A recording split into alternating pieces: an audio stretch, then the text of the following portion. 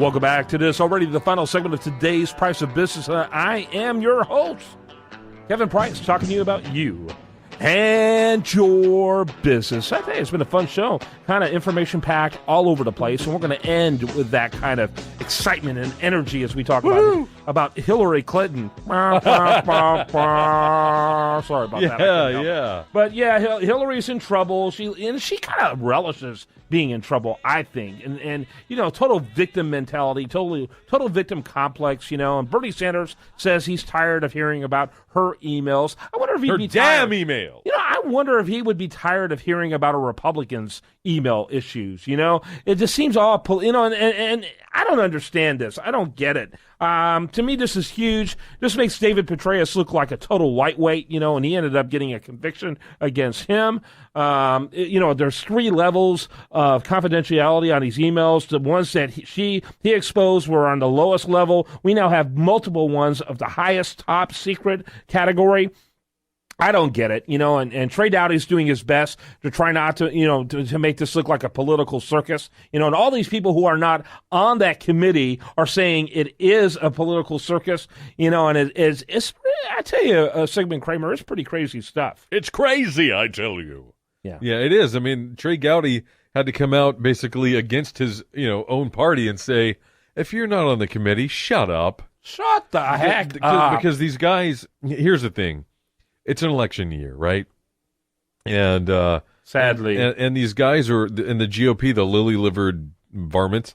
They're scared of being tied to something that's going to look openly political because they think it's going to hurt their chances for re-election. Yep. Well, do you think that any Republicans that voted these guys into office are not going to vote for them because they were part of this?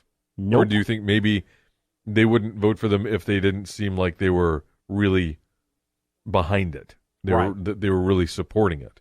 The fact is, she did break the law. It's just a matter of, do we have the political will to state it and to do something about it? And I would say that we're in the end probably not going to have that. I will say that Trey was in classic form over the weekend. That they did interview over 50 people who are not named Hillary Clinton, as he eloquently put it, yeah. And they're going to interview another 24 who are not named Hillary Clinton. And the fact that they're associated with her, let me remind the listener that she was Secretary of State of the United States of America. Who is not going to be connected to her when we're talking about an embassy with 4 Americans that got killed, including the U.S. ambassador? Especially because she was MIA during that period of time. Yeah. When he was getting gunned down and blown up and put on fire and whatever they did to him, where was she? What was she doing? Where was the president? What was he doing? Where were these people and what were they doing? This is part of the process. It's not Trey Gowdy's fault that she had her own private email server. Yep.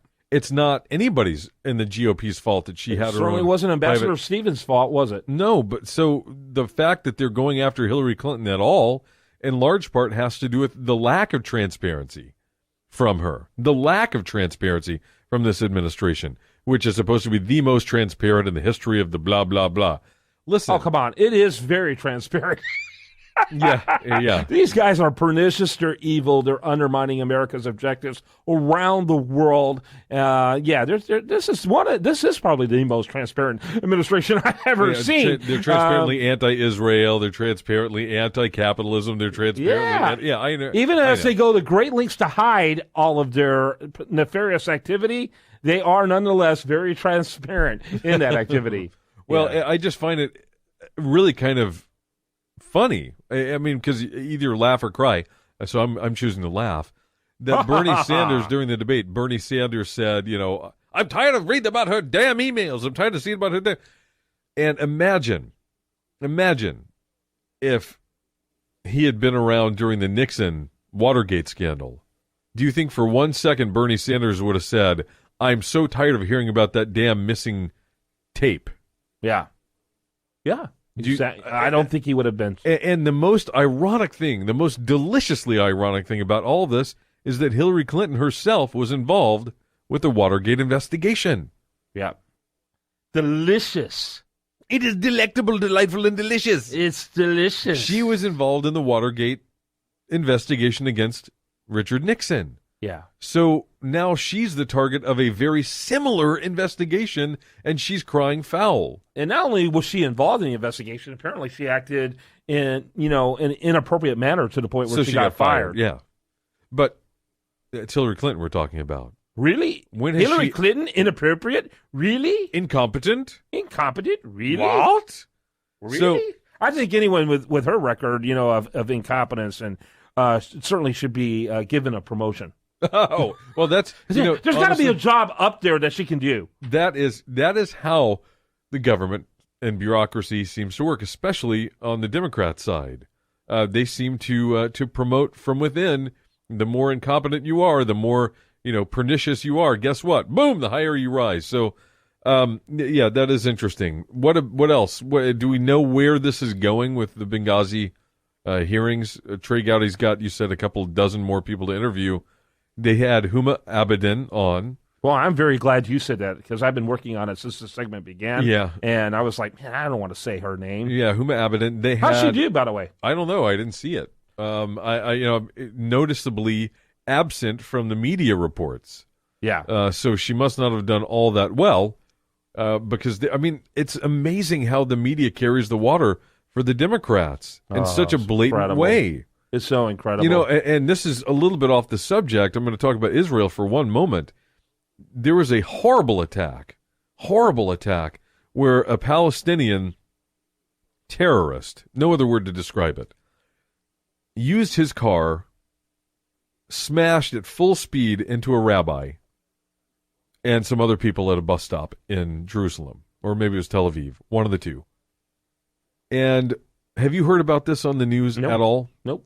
Not at all. He killed at least one person, injured many more. He got out of his car with a meat cleaver and started hacking all the Israelis that he could find around him. A passerby with a gun permit shot him, subdued him, and stopped it there. It would have continued on. Yep. So on multiple aspects here in the United States, we're getting creamed over gun control, and we're being told that there is no such thing as a good guy with a gun. Look what happened in Israel. And then also, why isn't this story even being broadcast? Why isn't it being talked about? Yep. A very good friend of our program, he's been on the program several times, John Lott, more guns, less crime. It's just the reality.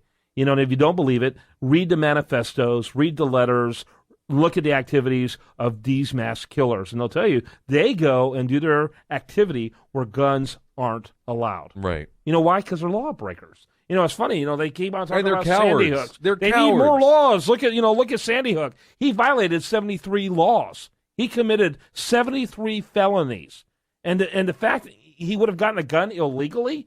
That surprises you? Out of the trunk of a vehicle that would have been exported from Mexico. Because I guarantee you don't like drug cartels? Wait for the gun cartels once guns became illegal in this country. Right.